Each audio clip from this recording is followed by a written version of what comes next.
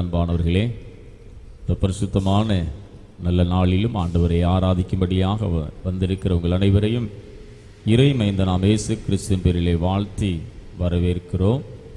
அருமையான ஆராதனைக்கு ஆரம்பமாக யாவரும் கண்களை மூடி இறைவனை நோக்கி பார்ப்போம்.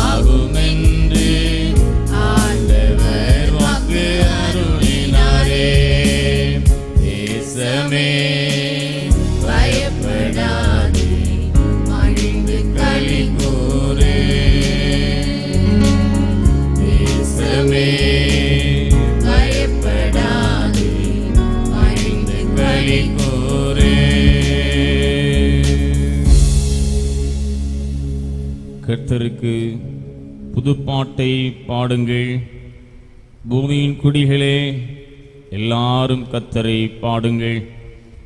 கர்த்தரை பாடி அவருடைய நாமத்தை ஸ்தோத்திரித்து நாளுக்கு நாள் அவருடைய இரட்சிப்பை சுவிசேஷமாய் அறிவியுங்கள். எங்களை அதிகமாக நேசித்து வழி நடத்துகிற ஆண்டவரே, இந்த நல்ல பரிசுத்தமான நாளுக்காக உமக்கு நன்றி சொல்லுகிறோம். கடந்து போன வாரங்கள் நாட்கள் எல்லாவற்றிலும் எங்களை கண்ணின் மணியைப் போல பாதுகாத்து நல்லதொரு புதிய வாரத்தை காண்பதற்கு நல்ல ஒரு பலனை கொடுத்து இந்த வேளையிலும் கொடுமை நோக்கி பார்க்க எங்களுக்கு கொடுத்து உன்னதமான ஸ்லாக்கியத்திற்காக நன்றி. இந்த ஆராதனை வேளையில் உம்முடைய மகிமையை கண்டோம் என்று நாங்கள் சொல்லி ஆண்டவரே உம்மை துதிக்கும்படியாக எங்களை பலப்படுத்துவீராக.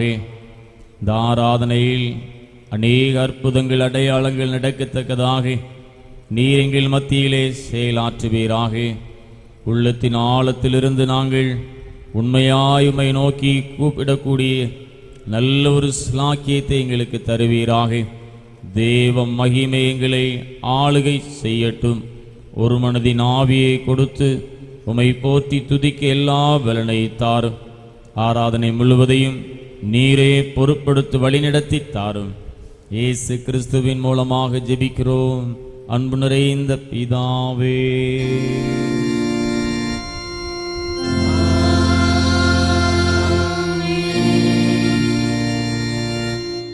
ஆண்டவருக்கு மாட்சி உண்டாகவும் ஆராதனைக்கு ஆரம்பமாகவும் நாம் யாவரும் எழுந்திருந்து கீதங்களும் கீர்த்தனைகளும் 22வது பாடலை பாடுவோம். கண்களை ஏறெடுப்பேன் மாமேரு நேராயன் கண்களை ஏறெடுப்பேன். கீதங்களும் கீர்த்தனைகளும் 22வது பாடல்.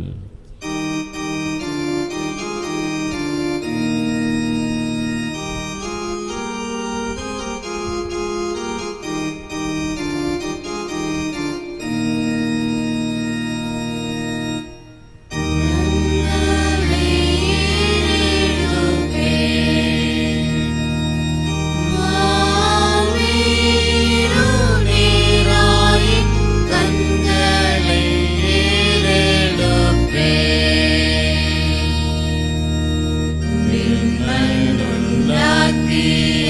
வித்தகனிடமிருந்து விண்மீன் உண்டாக்கிய வித்தகனிடமிருந்து எண்ணில்லா ஒத்தாசை என்றனுக்கே வரும் கண்களை ஏறெடுப்பேன். காலை தள்ளாடு ஓட்டார் ஊரங்காது காப்பவர் காலை தள்ளாட ஓட்டார். வேலையில் நின்று இஸ்ரவேலரை காத்தவர் வேலையில் நின்று இஸ்ரவேலரை காத்தவர் காலையும் மாலையும் கண்ணுறங்காதவர் கண்களை ஏறெடுப்பேன்.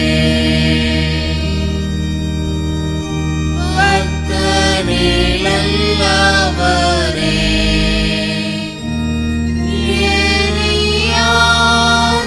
ஆதரித்திடும் பக்தனிலல்லவரே எக்கால நிலைமையில் என்னை சேதப்படுத்தாது எக்கால நிலைமையில் என்னை சேதப்படுத்தாது அக்காலம் கொண்டோரை அக்காலம் புரியவே கண்களை ஏறெடுப்பேன். எல்லா தீமைகளுக்கும் என்னை விலக்கி எல்லா தீமைகளுக்கும் பொல்லா உலகின் போக்குவரத்தையும் பொல்லா உலகின் போக்குவரத்தையும் நல்லாத்துமாவையும் நாடோறும் காப்பவர் கண்களை ஏறெடுப்பேன்.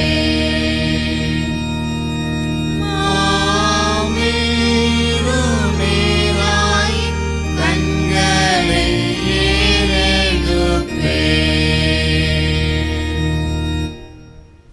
நின்ற வண்ணமாக பிரார்த்தனை செய்வோமாக. துன்மார்க்கன் தான் செய்த துன்மார்க்கத்தை விட்டு விலகி நியாயத்தின் நீதியும் செய்வானையாகி அவன் தன் ஆத்துமாவை பிழைக்கு பண்ணுவான். தேவன் கேட்கும் பலிகள் நொறுங்குண்ட ஆவிதான். தேவனே நொறுங்குண்டதும் நறுங்குண்டதுமான இருதயத்தை நீர் புறக்கணியே. உங்கள் வஸ்திரங்களே அல்ல, உங்கள் இருதயங்களை கிழித்து உங்கள் தேவனாகிய கர்த்தரிடத்தில் திரும்புங்கள். அவர் இரக்கமும் மன உருக்கமும் நீடிய சாந்தமும் மிகுந்த கிருபையும் உள்ளவர். அவர் தீங்குக்கு மனஸ்தாபப்படுவருமாயிருக்கிறார். பிரியமான சகோதர சகோதரிகளே, புதிய வாரத்திலும் ஆண்டவருடைய ஆசீர்வாதத்தை பெற்றுக்கொள்ள வேண்டும். அறிந்தோ அறியாமலோ பாவத்தை செய்திருந்தால் ஆண்டவரிடத்திலே மன்னிப்பு கேட்கிற பிள்ளைகளாக, பாவங்களை அறிக்கை செய்கிற பிள்ளைகளாக நாம் யாவரும் முழங்கால் படியிட்டு அமைதியாக ஆண்டவரை நோக்கி பார்ப்போம். அறிந்தோ அறியாமலோ பாவத்தை செய்திருந்தால் இறைவனே என்னுடைய பாவத்தை மன்னியும் என்று சொல்லி அமைதியாக ஆண்டவரை நோக்கி பார்த்து ஒரு பாடலின் மூலமாக பாவ அறிக்கை செய்கிற பிள்ளைகளாக இறைவனை நோக்கி பார்ப்போம்.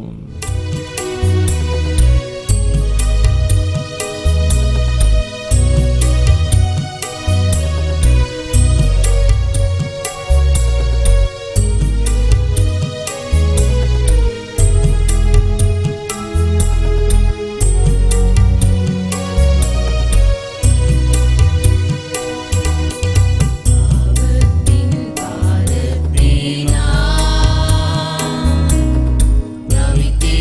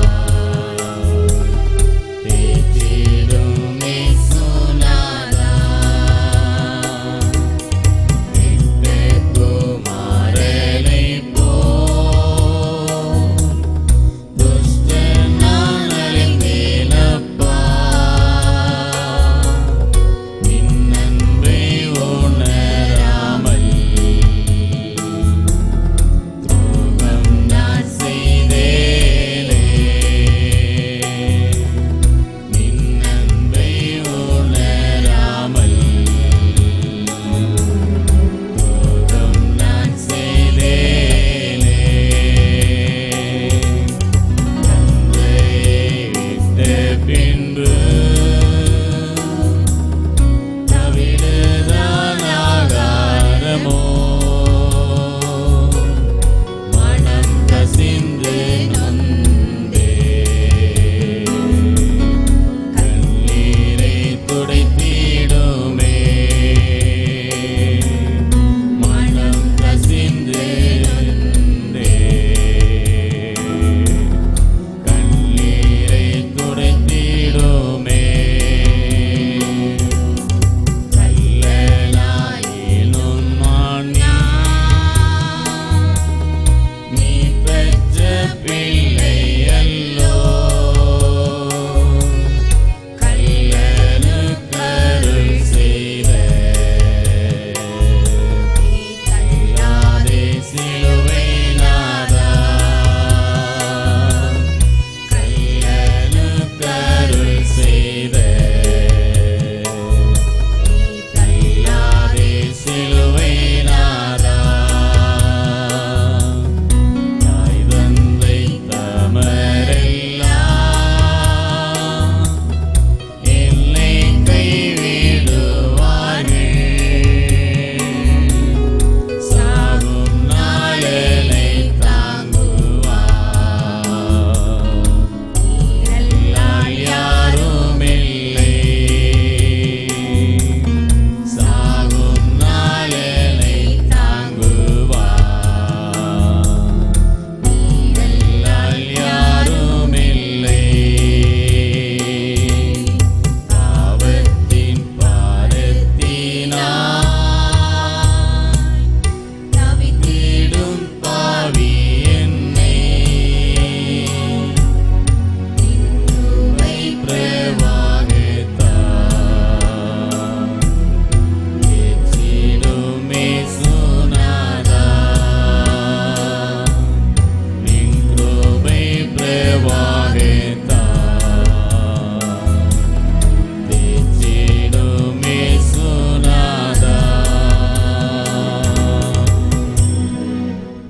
நம்முடைய கர்த்தராகிய இயேசு கிறிஸ்துவின் பிதாவாயிருக்கிற சர்வ வல்லமுள்ள தேவன் பாவியின் மரணத்தை விரும்பாமல் அவன் தன் பாவத்தை விட்டு திரும்பி பிழைப்பதையே விரும்பி பாவத்து நிமித்தம் துக்கப்படுகிறேன் தமது ஜனத்திற்கு பாவ விமோசனத்தை மன்னிப்பையும் கூறி அறிவிக்க தம்முடைய பணிவிடைக்காரருக்கு அதிகாரத்தையும் கட்டளையும் அருளிச் செய்திருக்கிறான். மெய்யாய் மனம் திரும்பி தமது பரிசுத்த சுவிசேஷத்தை உண்மையாய் விசுவாசிக்கிற யாவருக்கும் அவர் பாவங்களை மன்னித்து விமோசனம் செய்கிறார். ஆகையால் கடைசியிலே அவருடைய நித்திய ஆனந்தத்தில் சேரத்தக்கதாக இத்தருணத்தில் நாம் செய்கிறதவருக்கு பிரியமாயிருக்கவும் இனி உயிரோடு இருக்கும் நாளெல்லாம் மாசில்லாமல் பரிசுத்தம் உள்ளவர்களாய் நடக்கவும் அவர் நமக்கு மெய்யான மனம் திரும்புதலையும் தமது பரிசுத்த ஆவியையும் அருளிச் செய்ய வேண்டும் என்று நம்முடைய கர்த்தராகிய இயேசு கிறிஸ்துவின் மூலமாய் அவரை வேண்டிக் கொள்ளே கடவோம்.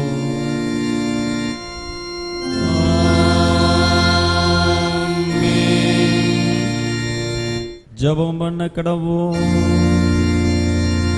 பரமண்டலங்களில் இருக்கிறேன் எங்கள் பிதாவே, உம்முடைய நாமம் பரிசுத்தப்படுவதாக.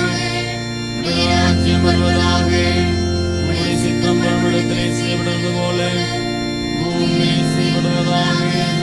நாங்கள் அப்பத்தை எங்களுக்கு இன்று தாரும். எங்களுக்கு விரோதமாய் குற்றம் செய்து நாங்கள் மன்னிக்கிறது போல எங்கள் குற்றங்களை எங்களுக்கு மன்னி எங்களை சோதனைக்குள் பிரவேசிக்க பண்ணாமல் தீமையிலிருந்து ரட்சித்துக் கொள்ளும். ராஜ்யமும் வல்லமையும் மகிமையும் என்றென்றைக்கும் உடையவரே. ஆமென். ஆண்டவரே எங்கள் உதடுகளை திறந்தருளும். அப்பொழுது எங்கள் வாய் உம்முடைய புகழை அறிவிக்கும். தேவனே எங்களை ரட்சிக்க விரைவாய் வாரும். ஆண்டவரே எங்களுக்கு சகாயம் பண்ண நீர் பிதாவுக்கும் குமாரனுக்கும் பரிசுத்த ஆவிக்கும் மகிமை உண்டாவதாக. ஆதியிலும் இப்பொழுதும் எப்பொழுதுமான சதா காலங்களிலும் மகிமை உண்டாவதாக.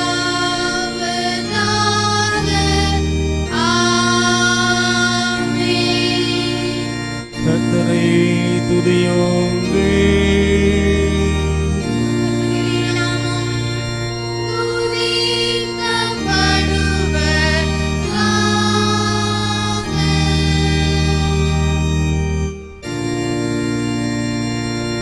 கர்த்தரை கீர்த்தனமாய் பாடி நம்முடைய இரட்சணிய கர்த்தரை சங்கீதம் பண்ண கடவோம் வாருங்கள். துதிகளுடைய சன்னதிக்கு முன்பாக வந்து சங்கீதங்களால் குறித்து பாட கடவோம். கர்த்தரே மகாதேவனும் எல்லா தேவர்களுக்கும் மகாராஜனும் ஆயிருக்கிறார். பூமியின் ஆழங்களும் நீருக்கிறது. பர்வதங்களின் உயரங்களும் அவருடையவை. சமுத்திரம் அவருடையது, அவரே உண்டாக்கினார். வெட்டாந்தரையும் அவருடைய கரம் உருவாக்கிற்று.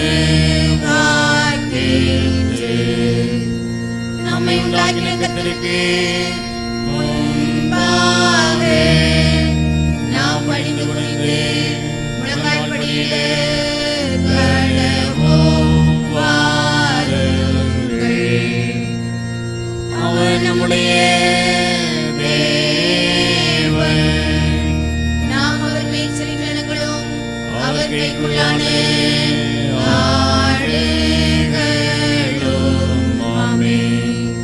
இங்குள்ள சத்தத்தை கேட்பீர்களாகி வனாந்தரத்தில் போகும் போதும் சோதனை நாட்கள் போல உங்களை எதிர்த்து கடினப்படுத்தாதேயுங்கள். அங்கே உங்கள் பிதாக்களை சோதித்து என்னை பரீட்சை பார்த்து என் கிரியையையும் கண்டார்கள். 40 வருஷமாய் சதையை ஆலோசித்து அவர்கள் வழியில் போயிருந்திருக்கும் தினமென்றும் என்னுடைய வழியறியாதவர்கள் என்றும் சொல்லி என்னுடைய பார்த்து செய்வதில்லை என்று என்னுடைய கோபத்திலே ஆணையிட்டேன். பிதாவுக்கும் குமாரனுக்கும் பரிசுத்த ஆவிக்கும்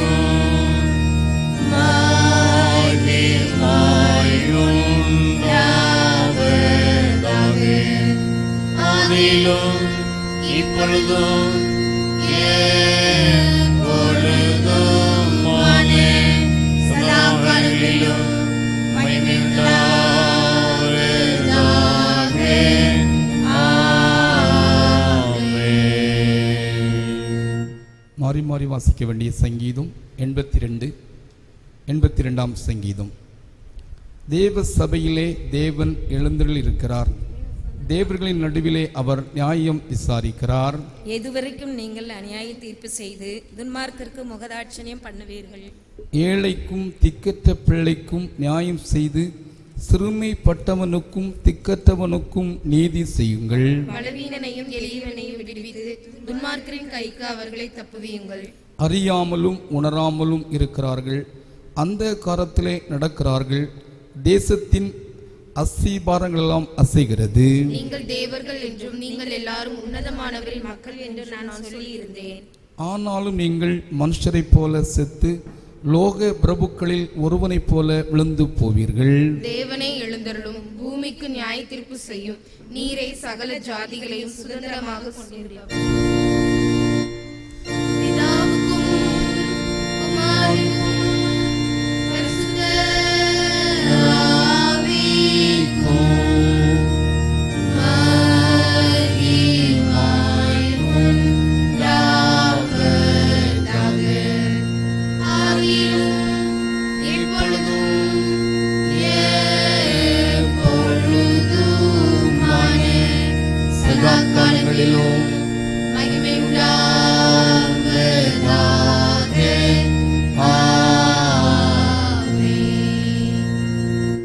வாசிக்க வேண்டிய திருமறை பகுதி பரிசுத்த லூக்கா என்பவர்களின் நற்செய்தி நூல் 2ஆம் அதிகாரம் 41ஆம் வசனம் முதல் அந்த அதிகாரம் முடிய. லூக்கா 2ஆம் அதிகாரம் 41ஆம் வசனம் முதல். அவருடைய தாய் தகப்பன்மார் வருஷந்தோறும் பஸ்கா பண்டிகையில் எருசலேமுக்கு போவார்கள்.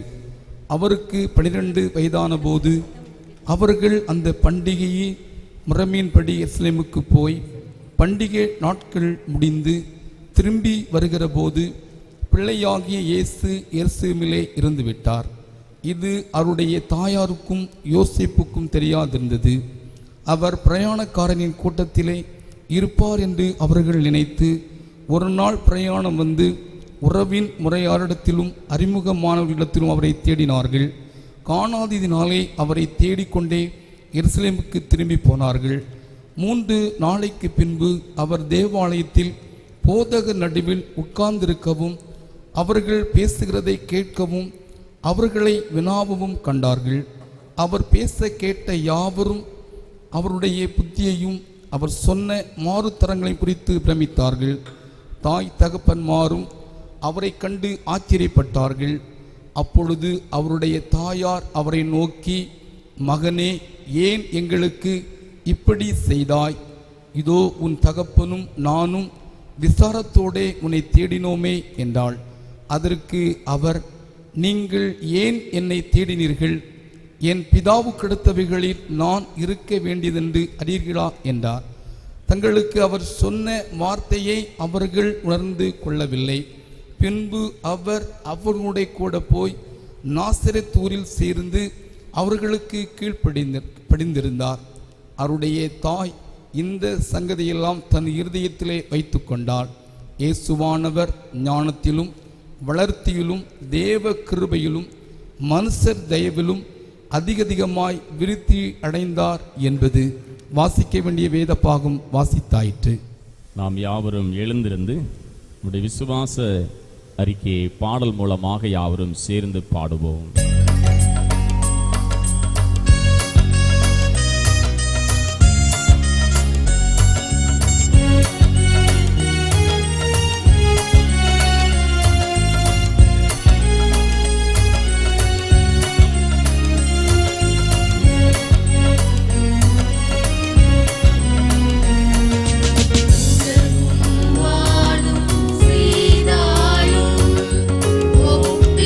சர்வ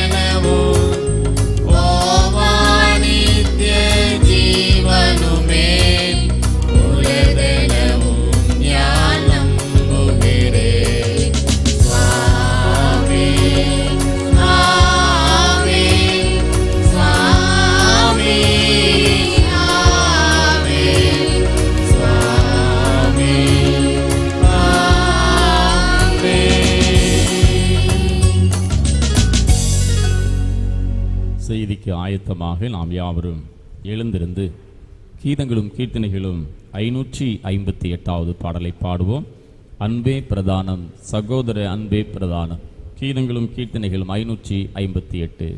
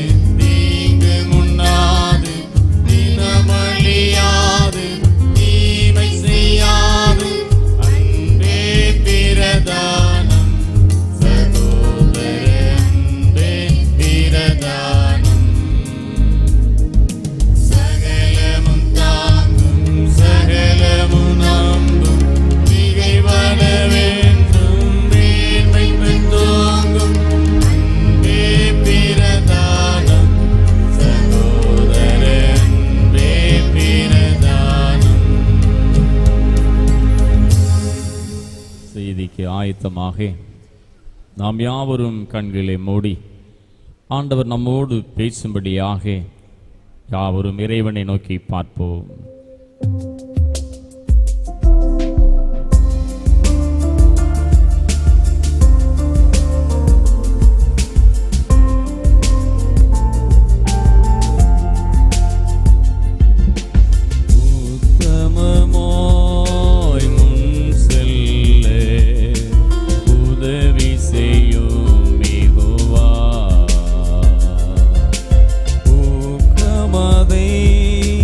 கை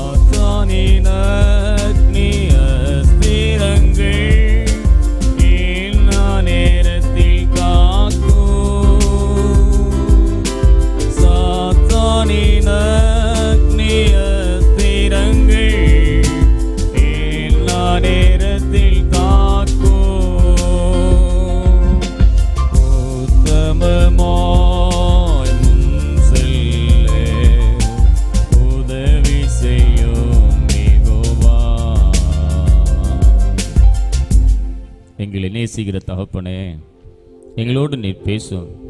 உடைய வார்த்தை வல்லமையாக வெளிப்படட்டும். இயேசு கிறிஸ்துவின் மூலமாக ஜெபிக்கிறோம் அன்பு நிறைந்த பிதாவே, ஆமேன்.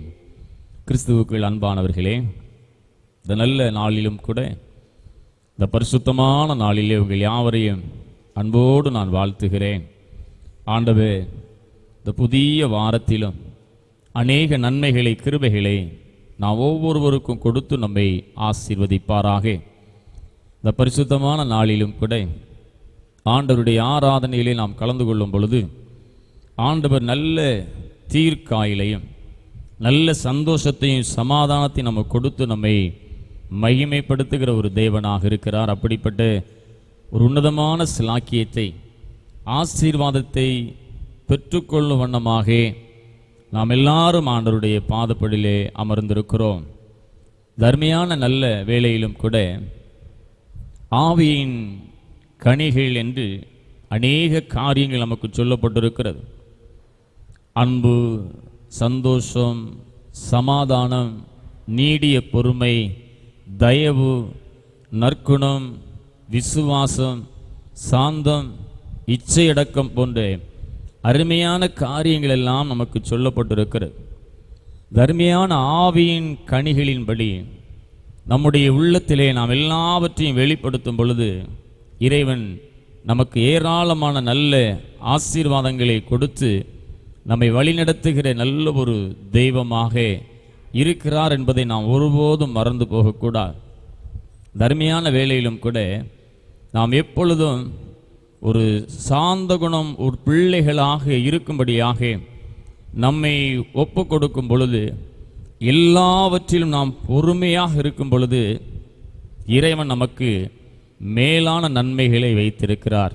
இந்த நாட்களிலும் கூட பிறரை குற்றவாளிகளாக தீர்க்காதபடி நம்மை காத்து கொள்ளும் பொழுது இறைவன் அநேக காரியங்களில் நமக்கு தருகிற ஒரு தெய்வமாக இருக்கிறார் என்பதை நாம் சிந்திக்க இருக்கிறோம். மத்தேயு 7ஆம் அதிகாரம் 1ஆம் வசனத்தை நாம் வாசித்து பார்க்கும் பொழுது, நீங்கள் குற்றவாளிகள் என்று தீர்க்கப்படாதபடிக்கு மற்றவர்களை குற்றவாளிகள் என்று தீர்க்காதிருங்கள்.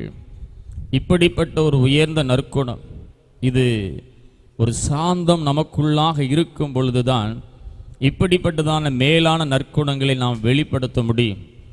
அந்த சாந்த குணத்தை ஆண்டவரே எனக்கு தாரும் என்று சொல்லி கேட்கும் பொழுதுதான் நாம் மற்றவர்களை குற்றப்படுத்தாதபடிக்கு அநேக காரியங்களை செய்கிற ஒரு பிள்ளைகளாக நாம் இருக்கிறோம். இன்றைய நாட்களிலே பார்க்கும் பொழுது மற்றவர்களுடைய குற்றங்களை ஆராய்ந்து அதை துருவி பார்க்கவும், அதை குறித்து பேசி மகிழவும் மக்களுடைய பொழுதுபோக்காக எல்லா இடங்களிலும் இருக்கிறது என்பதை நாம் எல்லாருக்கும் தெரியும். இந்த காரியங்கள் 2000 ஆண்டுகளுக்கு முன்பதாகவும் இருந்தது. ஆண்டவராக இயேசு கிறிஸ்துவனுடைய காலத்திலும் இதே காரியங்கள் இருந்தது. மற்றவர்களை குற்றப்படுத்துவது, மற்றவர்களை வீணாக பேசி மகிழ்வது. எனவே ஆண்டவராக இயேசு கிறிஸ்துவும் மலை பிரசங்கத்திலே இயேசு மக்களை பார்த்து அழகாக சொல்லுகிறார், நீங்கள் குற்றவாளிகள் என்று தீர்க்காதபடிக்கு மற்றவர்களை குற்றவாளிகள் என்று, நீங்கள் குற்றவாளிகள் என்று தீர்க்கப்படாதபடிக்கு மற்றவர்களை குற்றவாளிகள் என்று தீர்க்காதிருங்கள். மலை பிரசங்கத்திலே இயேசு கிறிஸ்து சொன்ன ஒரு அருமையான ஒரு வார்த்தை. இயேசு கிறிஸ்து இன்று இதே வார்த்தை நமக்கு நினைவுபடுத்தி, அன்பு பிள்ளைகளே, இந்த காரியத்தில் நீங்கள் ஜாக்கிரதையாக இருங்கள். இன்று தனது குற்றத்தை மறைக்க பிறரை குற்றவாளியாகிய தீர்க்கும் குணம் பொதுவாக மனிதர்களிடத்தில் அதிகமாக காணப்படுகிறது. சாதாரணமாக நாம் பார்ப்போம் என்று சொன்னால், உலகத்தின் முதல் தம்பதியரிடமே இந்த குணம் அதிகமாக காணப்பட்டது. வேதத்திலே வாசிக்கிறோம், அவர்கள் பாவம் செய்தவுடன் தங்கள் குற்றங்களை மறைக்க பிறரை குற்றவாளியாக தீர்த்தார்கள் என்று சொல்லி வேதத்திலே வாசிக்கிறோம். ஆனால் ஆண்டவர் இந்த காரியத்தை விரும்பவில்லை. இப்படி யாரை நீங்கள் குற்றம் சாட்டாதிருங்கள், குற்றம் சாட்டுவது ஆண்டவருக்கு பிரியமில்லாத ஒரு காரியம். சங்கீதம் 19:12 வசனத்தை திருமறையிலே நாம் வாசிக்கும் பொழுது, தன் பிழைகளை உணர்கிறவன் யார் என்று சங்கீதக்காரன் சொல்லுகிறான். தன் பிழைகளை உணர்கிறவன் யார்? தாவீதும் சொல்லுவண்ணமாக தங்களுடைய வாழ்க்கையிலே அநேக குறைகளை வைத்துக்கொண்டு, நம்முடைய வாழ்க்கையில் அநேக குறைகள், அதை திருத்துவதற்கு வழி காணாமல் அநேக வீணான காரியங்களை கூட சில வேளையில் நாம் பேசி விடுகிறோம். ஆண்டவரே என்னை மன்னியும், என்னை மன்னியும் ஆண்டவரே என்கிற ஒரு வார்த்தை நமக்குள்ளாக வரும் பொழுது இறைவனுடைய பிரசன்னம் வரணும். ஆனால் வீணான வார்த்தைகளை நாம் பேசும் பொழுது, சாந்த குணம் இல்லாமல் நாம் பேசும் பொழுது எந்த லாபமும் இந்த உலகத்திலே இல்லை என்பதை நாம் புரிந்து கொள்ள வேண்டும். எந்த விதமான லாபமும் இந்த உலகத்திலே இல்லை. மாறாக நீங்கள் சொன்னதை காட்டிலும் 100 மடங்கு அதிகமாக நமக்கு வந்து சேருமே தவிர அந்த இடத்திலே நமக்கு ஆசீர்வாதம் இருக்காது. எனவேதான் நம்முடைய ஆண்டவர் சொல்லுகிறார், எப்பொழுது நீங்கள் சாந்த குணம் உள்ளவர்களாக இருங்கள், வீணான வார்த்தைகளை பேசாதிருங்கள், நல்லதை பேசுங்கள், நீங்கள் குற்றவாளிகள் என்று தீர்க்கப்படாதபடிக்கு மற்றவர்களை குற்றவாளிகள் என்று தீர்க்காதிருங்கள் என்று கூறுகிறார்.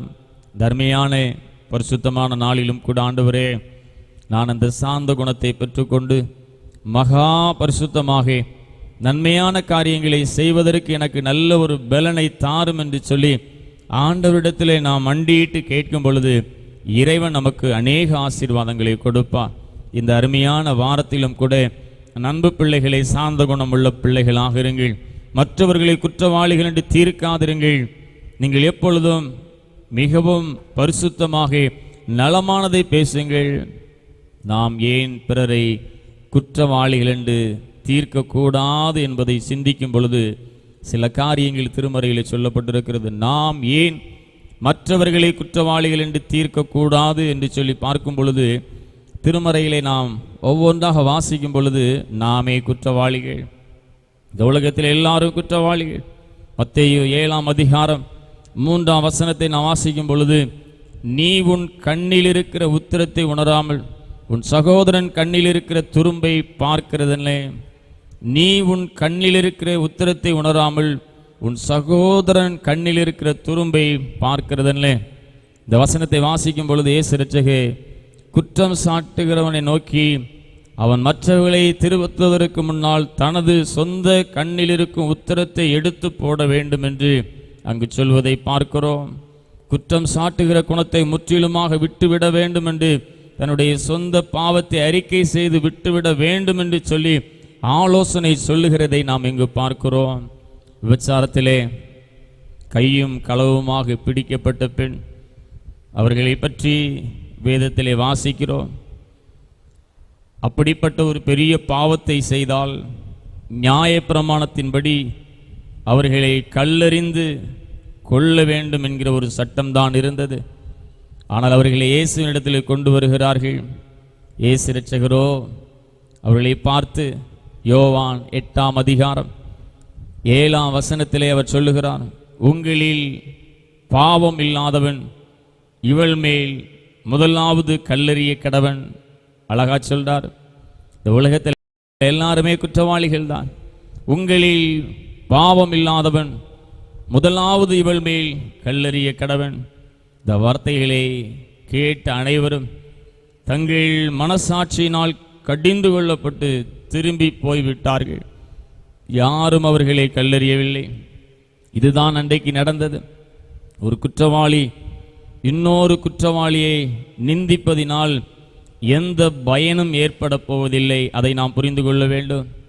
சிறைச்சாலையில் இருக்கும் ஒரு கைதியில் ஒருவன் மற்ற கைதியை பார்த்து, நீங்கள் எவ்வளவு அயோக்கியர், உங்களுக்கு ஒன்றுமே இல்லாமல் கைகளிலே நீங்கள் விலங்கு மாட்டப்பட்டு இங்கே அடைக்கப்பட்டு கிடக்கிறீர்களே என்று மிகவும் ஏளனமாக பேசினால் எப்படி இருக்கும்? தானே ஒரு குற்றவாளி, மற்றவர்களை எப்படி நாம் குற்றம் கண்டுபிடிக்க முடியும்? அந்த இடத்துல என்ன நடக்கும் என்று சொன்னால் கலகம்தான் நடக்கும். அப்படி பேசுவோம் என்று சொன்னால் அந்த இடத்துல கலகம்தான் நடக்கும். பரிசுத்த பவுல் அப்போஸ்தலர் ரோமர் 2:1 வாசிக்கும் பொழுது, ரோமர் 2:1 தேவ ஆவியின் ஏவுதலினால் அவர் அங்கு கூறுகிறார். இது அப்படியே கூறுவதை பார்க்கிறோம். மற்றவர்களை குற்றவாளியாக தீர்க்கிறவனே, நீ யாராயினும் சரி, போக்கு சொல்ல உனக்கு இடமில்லை. உனக்கு போக்கு சொல்ல இடமில்லை. நீ குற்ற தீர்க்கிறவைகள் எவைகளோ அவைகளை நீயே செய்கிறபடியால் நீ மற்றவனை குறித்து சொல்லுகிற தீர்ப்பினாலே உன்னைத்தானே குற்றவாளியாக தீர்க்கிறாய். மனிதர்கள் அனைவரும் கடவுளின் பார்வையிலே குற்றமும் குறைவும் உள்ளவர்கள் என்பதை நாம் புரிந்து கொள்ள வேண்டும். அதே வேளையிலே நாம் எல்லாரும் நல்ல மனிதர்கள் என்பதை நாம் புரிந்து கொள்ள வேண்டும். தகாத செயலை கண்டு வருந்துவார்களே அன்றி மூர்க்கமாக எதையும் செய்ய மாட்டார்கள். இந்த நாட்களிலும் கூட ஆண்டவரே, நாங்கள் எல்லாரும் குற்றவாளிகள். ஆண்டவரே, நாங்கள் உம்முடைய பார்வைக்கு முன்பதாக நாங்கள் பரிசுத்தம் இல்லாமல் அநேக காரியங்களை செய்திருந்தால் எங்களை மன்னியும். குற்றம் செய்தவனை தண்டிக்க வேண்டும் என்று பிரதானமாய் கருதாமல் அவனை சீர்படுத்தும் வழியை தேடுங்கள். சிறப்பான முறையிலே அன்பாக எடுத்து சொல்லி சீர்படுத்தக்கூடிய நல்ல ஒரு காரியங்களை செய்யும் பொழுது அது ஆசீர்வாதம். பிறரை குறைகளை கண்டு குற்றம் சாட்டி கண்டனம் செய்வதற்கு பதிலாக அவர்களுக்கு உதவி செய்து ஆசீர்வதித்து நல்வழிப்படுத்த வேண்டும் என்பதே நமது நோக்கமாக இருக்க வேண்டும். அதுதான் நம்முடைய நோக்கமாக இருக்க வேண்டும். சாந்த குணம் இருக்கும் பொழுது நாம் இப்படிப்பட்ட நல்ல காரியத்தை செய்கிற ஒரு பிள்ளைகளாக இருப்போம் என்பதை நான் ஒருபோதும் மறந்து போகக்கூடாது. எனவே தர்மியான வேளையிலும் கூட ஆண்டவரே, நான் வீணான வார்த்தைகளை பேசக்கூடாது. ஆண்டவரே, நான் சாந்த குணமுள்ள பிள்ளையாக இருக்க வேண்டும் என்கிற ஒரு சிந்தனைகளை நாம் வளர்த்து கொள்ளும் பொழுது நாம் ஆசீர்வதிக்கப்படுகிறோம். இரண்டாவதாக, நாம் ஏன் குற்றவாளிகளாக மற்றவர்களை தீர்க்கக்கூடாது என்று சொன்னால், நாம் குற்றவாளிகள் என்று தேவனால் தீர்க்கப்படாதபடிக்கு நாம் யாரையும் குற்றவாளிகளாக தீர்க்கக்கூடாது. அழகாக சொல்லப்பட்டிருக்கிறது. இரண்டாவது, நாம் குற்றவாளிகள் என்று தேவனால் தீர்க்கப்படாமல் இருக்க நீங்கள் யாரையும் குற்றப்படுத்தாதிருங்கள். மத்தேயு 7ஆம் அதிகாரம் 1ஆம் வசனம் சொல்லுகிறது, நீங்கள் குற்றவாளிகள் என்று தீர்க்கப்படாதபடிக்கு மற்றவர்களை குற்றவாளிகள் என்று தீர்க்காதிருங்கள். நாம் மனிதர்களே, எவரை பற்றியும் எல்லா உண்மைகளையும் நாம் அறிய முடியாது. கொஞ்சம் நாம் அறிய முடியும், எல்லா உண்மைகளையும் நாம் அறிய முடியாது. கர்த்தர் ஒருவரே அனைத்து அந்தரங்கங்களையும் ரகசியங்களையும் அறிந்தவர் என்பதை நாம் புரிந்து கொள்ள வேண்டும். நமக்கு தெரியாது, ஒரு மனிதனை பற்றி முழுவதுமாக நமக்கு தெரியாது. ஆனால் அவருக்கு தெரியும். நம்முடைய அந்தரங்கங்கள், நம்முடைய ரகசியங்கள் எல்லாம் அவருக்கு தெரியும். நமது அறியாமையினாலே நாம் சில வேளைகளிலே பிறரை தவறாக நாம் நியாயம் தீர்த்து விடுகிறோம். ஆண்டவரே, அப்படி யாரையாவது நான் தவறாக நியாயம் தீர்த்திருந்தால் என்னை மன்னி, எனக்குள்ள ஒரு சாந்த குணத்தை வையும். ஆண்டவரே, ஒரு உண்மையான நடந்த ஒரு சம்பவம். வெல்லிங்டன் பிரபு, அநேக நாம் பாட புத்தகத்திலே நாம் படித்திருப்போம். அந்த வெல்லிங்டன் பிரபு ஒரு புகழ்பெற்ற ஒரு விருந்திலே அவர் பங்கு பெற்றார். அந்த வேளையிலே முத்துக்கள் பதிக்கப்பெற்ற ஒரு சிறு பெட்டி காணாமல் போனது. அந்த பெட்டிக்குள்ளாக விலையேறப்பெற்ற முத்துக்கள் எல்லாம் அடங்கி இருக்கிறது. அந்த முத்து பதிக்கப்பட்ட அந்த சிறு பெட்டியை ஒவ்வொருவராக தூக்கி பார்க்கும் பொழுது அது காணாமல் போய்விட்டது. அது மிகவும் விலையேற பெற்றது. உடனே எல்லாருடைய பையையும் சோதித்து பார்க்க வேண்டும் என்று கூறுகிறார்கள். எல்லாரும் திகைக்கிறாங்க. இவ்வளோ விலையேற பெற்ற முத்துக்கள் அடங்கிய ஒரு பெட்டி, சிறு பெட்டி காணாமல் போய்விட்டதே. எல்லாரும் பயப்படுகிறார்கள், திகைக்கிறார்கள். ஏனெனில் அங்கு அதிகாரிகள் மட்டுமே இருக்கிறார்கள், வேலைக்காரர்கள் இல்லை. அப்படி இருக்கும் பொழுது இந்த வேளையிலே ஒரு வயது சென்ற ஒரு அதிகாரி ஒருவர், என் பையை சோதித்து பார்க்க நான் இடம் கொடுக்க மாட்டேன் அப்படின்னு ஒருத்தர் சொல்றார்.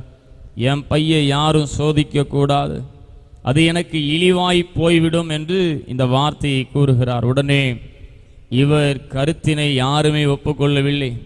இவர்தான் எடுத்திருப்பார் என்று சொல்லி எல்லாரும் அவர் மீது குற்றம் சாட்டுகிறார்கள். ஆகவே அவர் விருந்தினரிலிருந்து அவரை வெளியேற்றினார்கள். உடனே அவர்தான் அந்த பெட்டியை எடுத்திருப்பார் என்று எல்லாரும் எண்ணினார்கள். பாருங்கள், எல்லாருடைய பார்வையும் எல்லாருடைய எண்ணமும் அவர் தன்னை சோதிக்க விடாமல் இருந்ததனாலே அவர்தான் எடுத்திருப்பார் என்று சொல்லி நினைத்தார்கள். ஓராண்டு கடந்து சென்றது. மீண்டும் ஒரு முறை ஒரு விருந்துக்கு செல்ல தனது விருந்து ஆடையை வெல்லிங்டன் பிரபு அப்படி தூக்கி அந்த ஆடையை அணிகிறார். அவர் தம் பையில் கையை இடும் பொழுது அந்த சிறு முத்துக்கள் அடங்கிய பெட்டி அவருடைய பையிலே இருந்தது.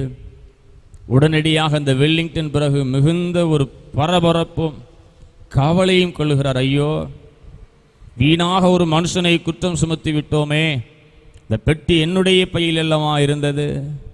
உடனடியாக அந்த பரபரப்பு, அந்த கவலை அவரை சும்மா இருக்க விடவில்லை. மிகவும் எளிய ஒரு வீட்டிலே வாழ்ந்து வந்த அந்த வயது சென்ற அந்த அதிகாரியை எப்படியாவது கண்டுபிடித்து பேச வேண்டும் என்று அவரை கண்டுபிடிக்கிறார்.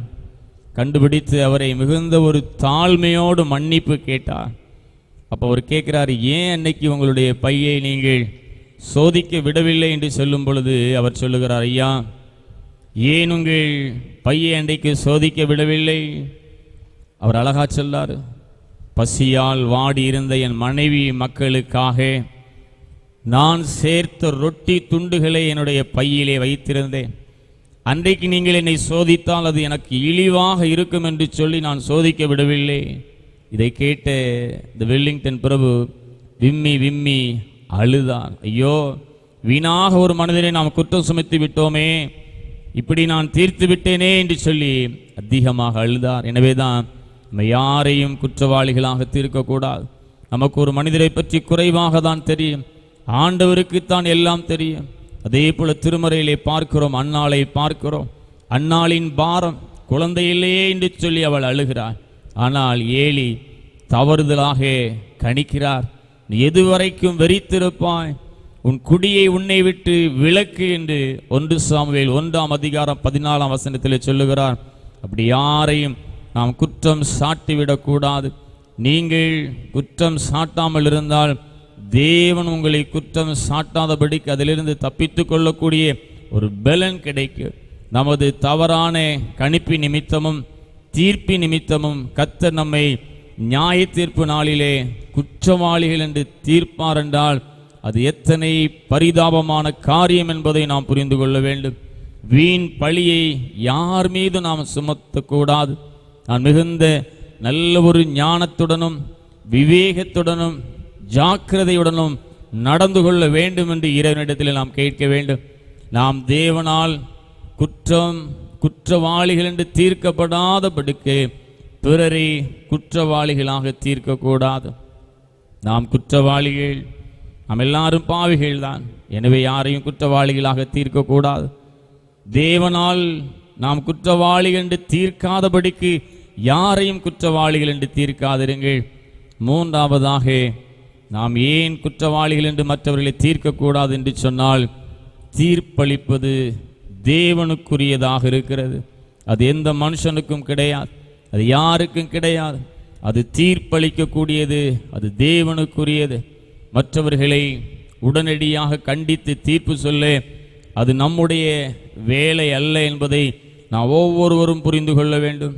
தீர விசாரித்து அதே வேளையில் மென்மையான குணம், அமைதியாய் மற்றவர்களை கவருகிற நடைமுறை பாங்கின் மூலம் தவறு செய்கிறவர்களை சீர்திருத்த வாய்ப்பு உண்டு.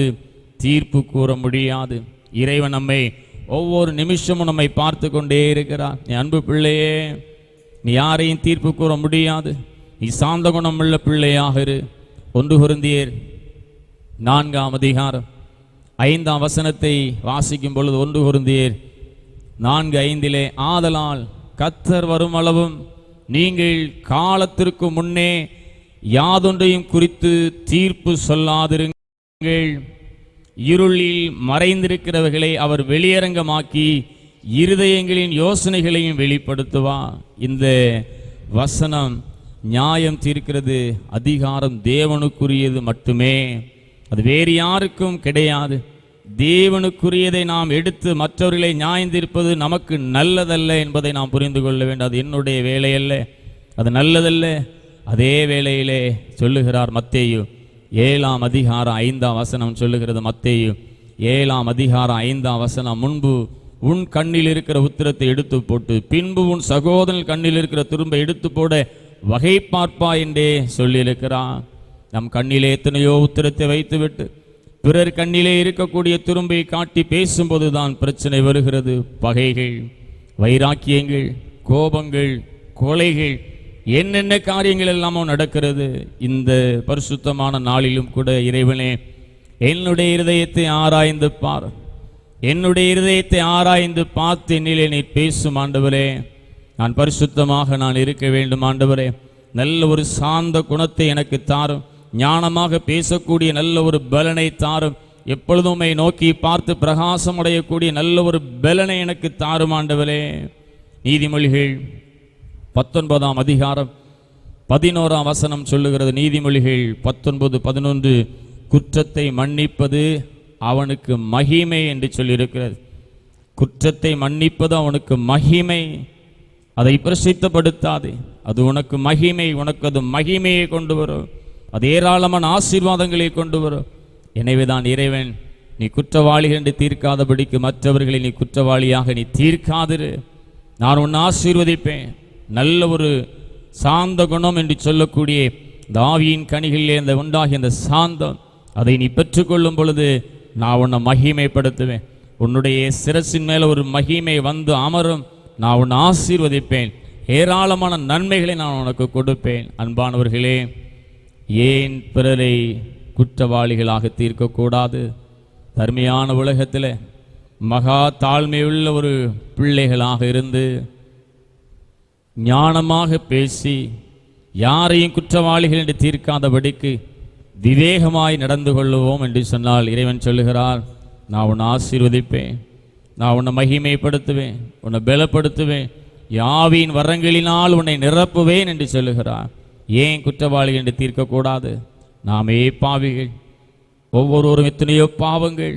ஆண்டவரே, என்னை மன்னியும், நீர் வரும் பொழுது நீர் என்னை குற்றவாளியாக தீர்க்காதபடிக்கு நான் மற்றவர்களை குற்றவாளியாக தீர்க்கக்கூடாது, தீர்ப்பளிப்பது உமக்குரியது ஆண்டவரே என்கிற ஒரு சிந்தனையோடு மகா சாந்தமுள்ள ஒரு வாழ்க்கை, தேவன் எனக்கு நீர் போதும், வேறு எதுவும் தேவையில்லை என்று அவருடைய முகத்தை தரிசிப்போம் என்று சொன்னால் தேவன் நம்மோடு இருந்து பெரிய காரியங்களை செய்வாராக.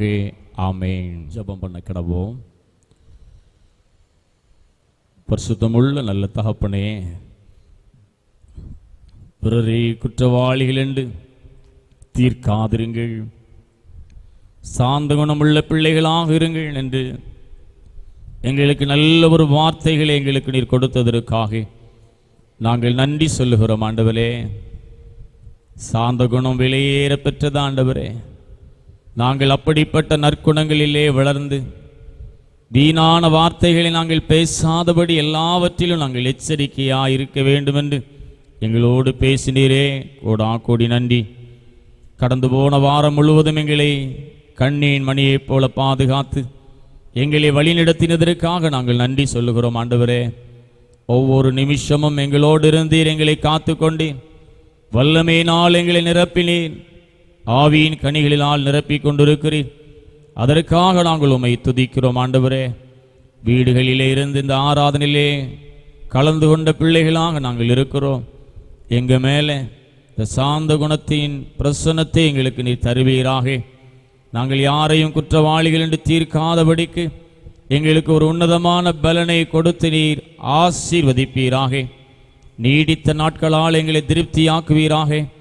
கொள்ளை நோய்களுக்கு விலக்கி ரட்சித்து பாதுகாப்பீராக. ஆண்டவரே, இந்த வார்த்தையை கேட்ட ஒவ்வொருவர் மீதும் உம்முடைய பரிசுத்த ஆவியின் அபிஷேகத்தை நீர் ஊற்றும் ஆண்டவரே. உம்முடைய வல்லமை உள்ள கரம் ஒவ்வொரு சிரசின் மீது வைக்கப்பட்டு நல்ல ஆசீர்வாதத்தை பொழிவதாக. இந்த வேளையில் யார் யாருக்கு என்னென்ன தேவை என்று உமக்கு தெரியும். இந்த தேவைகளை நீர் இப்பொழுது கொடுப்பீராக. வீடுகளிலே பலவீனத்தோடு இருக்கக்கூடிய பிள்ளைகளை தொட்டு நல்ல சுகத்தை கொடுப்பீராக. இந்த தேவைகள் சந்திக்கப்பட்டால் நலமாக இருக்குமே என்று ஜெபித்து கொண்டிருக்கிற அந்த தேவைகளை இப்பொழுது நீர் சந்திப்பீராக. ஆண்டவர் எனக்கு தந்தார் என்று சொல்லி இரட்டிப்பான நன்மையை பெற்றுக்கொண்டேன் என்று சொல்லி மகிழ்ந்திருக்கக்கூடிய ஒரு உன்னதமான பலனை நீர் கொடுப்பீராக. ஆண்டவரே, நீ கீழாகாமல் மேலாவா என்று சொன்னீரே, அப்படிப்பட்ட நல்ல உயர்வை ஒவ்வொரு பிள்ளைகளுக்கு நீர் கொடுப்பீராக. ஆண்டவரே, இந்த நாட்களிலே கொள்ளை நோயினாலே நாங்கள் அநேக காரியங்களிலே ஆண்டவரே கவலைப்பட்டவர்களாக பயத்தோடு நடுக்கத்தோடு திகிலோடு வாழ்ந்து கொண்டிருக்கிறோம். இந்த பயத்திலிருந்து எங்களை விடுதலை அளிப்பீராக, இந்த கலக்கத்திலிருந்து விடுதலை அளிப்பீராக. உம்முடைய கரம் தேசத்தின் மீது நீட்டப்படட்டும், உலகத்தின் மீது நீட்டப்படட்டும். ஆண்டவரே, இந்த பொல்லாத கொள்ளை நோயிலிருந்து தப்புவித்துக் கொள்ளக்கூடிய எல்லா பலனையும் தருவீராக. ஆலயங்கள் திறக்கப்பட்டு ஆலயத்திலே நாங்கள் மகிமையாக உம்மை ஆராதிக்கக்கூடிய எல்லா பலனையும் எங்களுக்கு தருவீராக. உம்முடைய சமூகம் எங்களுக்கு முன் செல்லட்டும். இந்த வாரத்திலும் நாங்கள் ஏராளமான நன்மைகளை பெற்றுக்கொள்ள நீர் துணை செய்யும். ஆண்டவரே, கவலையோடு இருக்கக்கூடிய பிள்ளைகளுடைய கவலையை எடுத்து போட்டு உள்ளத்தில் நல்ல ஒரு சந்தோஷத்தையும் சமாதானத்தையும் கொடுப்பீராக.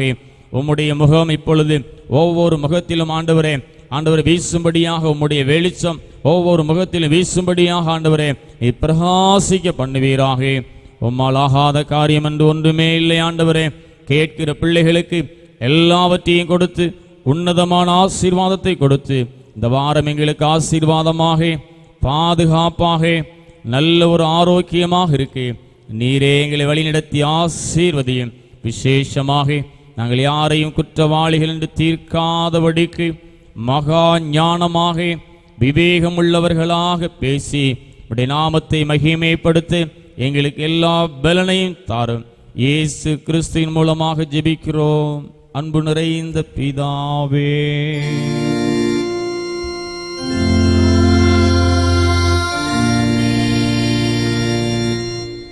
நம்முடைய கர்த்தராகிய இயேசு கிறிஸ்துவினுடைய கிருபையும் பிதாவாகிய தேவனுடைய அன்பும் தூய ஆவியின் கூட்டுறவும் நாம் அனைவரோடும் கூட என்றென்றும் நிலைத்திருப்பதாக.